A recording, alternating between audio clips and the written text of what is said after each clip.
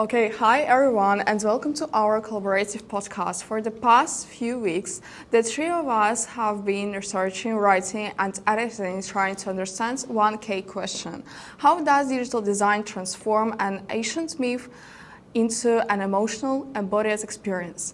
So we explored this in Black Myth Wacom, a game that reimagines one of Chinese most iconic legends.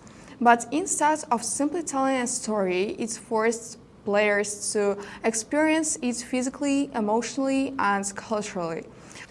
So, to make this podcast accessible to listeners who may not be familiar with the game or the myth, we refined several drafts based on feedbacks from colleagues and professors.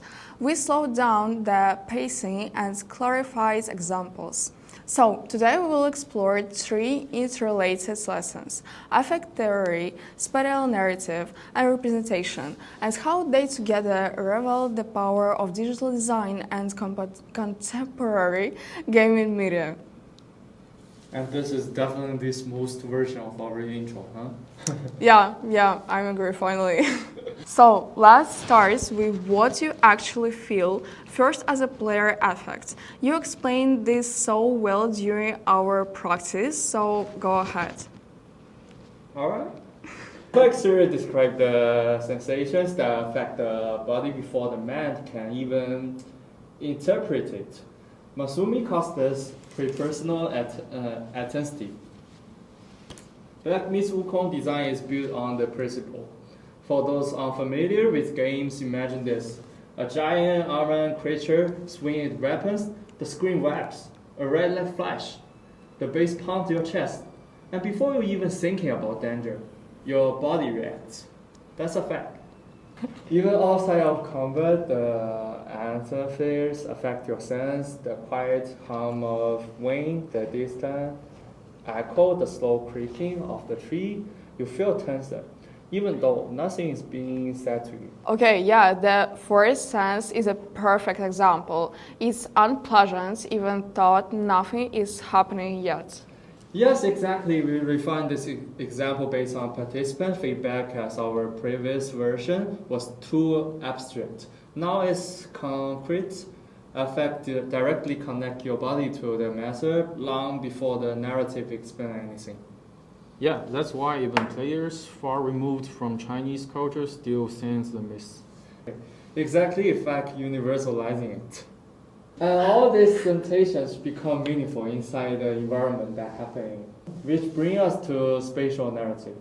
Yeah, let's get into it. Spatial narrative is how space tells stories. Dialogue is unnecessary. The environment guides emotion and meaning. Imagine a long abandoned temple corridor, lit only by thin shafts of light, or mountains covered by the thick fog, where every step feels uncertain. This space shapes you like perspectations of myth. Henry Jenkins calls this architecture of narrative in Wukong. And narrow paths evokes anxiety, open battlefields preserve memories, tower cliffs invokes respect and fear. Ruined statues recalls a forgotten history. After listening to factual feedbacks, we refined this section to explain not only the appearance of space but also their emotional impact. Yeah, and and I love how you emphasize that space isn't just a backdrop, it's part of the narrative. Yes, the spatial design allows players to navigate culture's memories. Myth becomes something you control with your body, not just something you observe. Yeah, that's why space and emotions mesh so well here. And this environment are natural. This carry culture meaning. So representation is the next piece. Yeah, take it away. Representation, as Stuart Hall puts it, is not duplication but construction. Wukong creates a myth for a global digital audience. Wukong's design combines animalistic movements, spiritual symbolism, and erotic drama. The demons reflect Chinese folklore but are reimagined through computer and graphics. Yeah, I would like to add that even the visual style, the digital brushwork, uncue shadows, textured fabrics, connected traditional Chinese arts with modern aesthetics. Yes, this all has broader implications for the industry.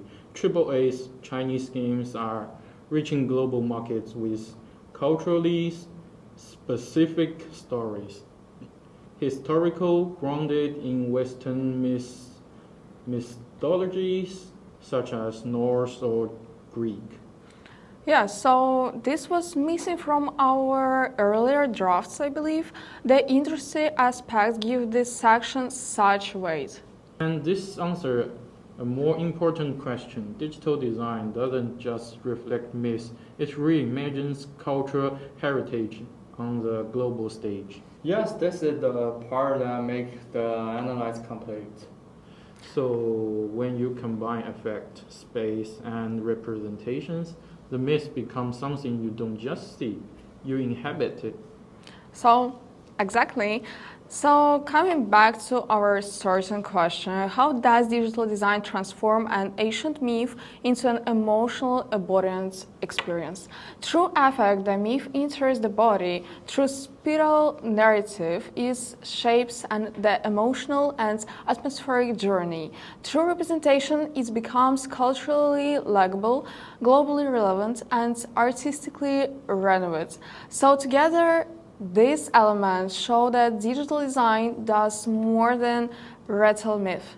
It turns myth into a lived sensory experience. And here's the deeper insight. Games make methodology interactive, not observational. Players don't simply consume cultural heritage, they participate in it. Yeah, that's the whole. And honestly, the reason this game resonated worldwide. So, before we wrap up, I just want to say this conversation didn't come together overnight. We spent a lot of time bouncing ideas around, trimming things, slowing down parts that felt too dancey, and editing clearly where we needed. Honestly, shaping is this way helped us understand the game better too. Yeah, the more we talk through it, the more things click.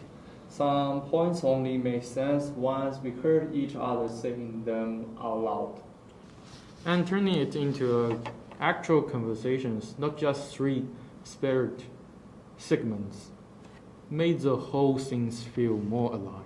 Yeah, and I think that's the best part of our project. Thank you for spending this time with us.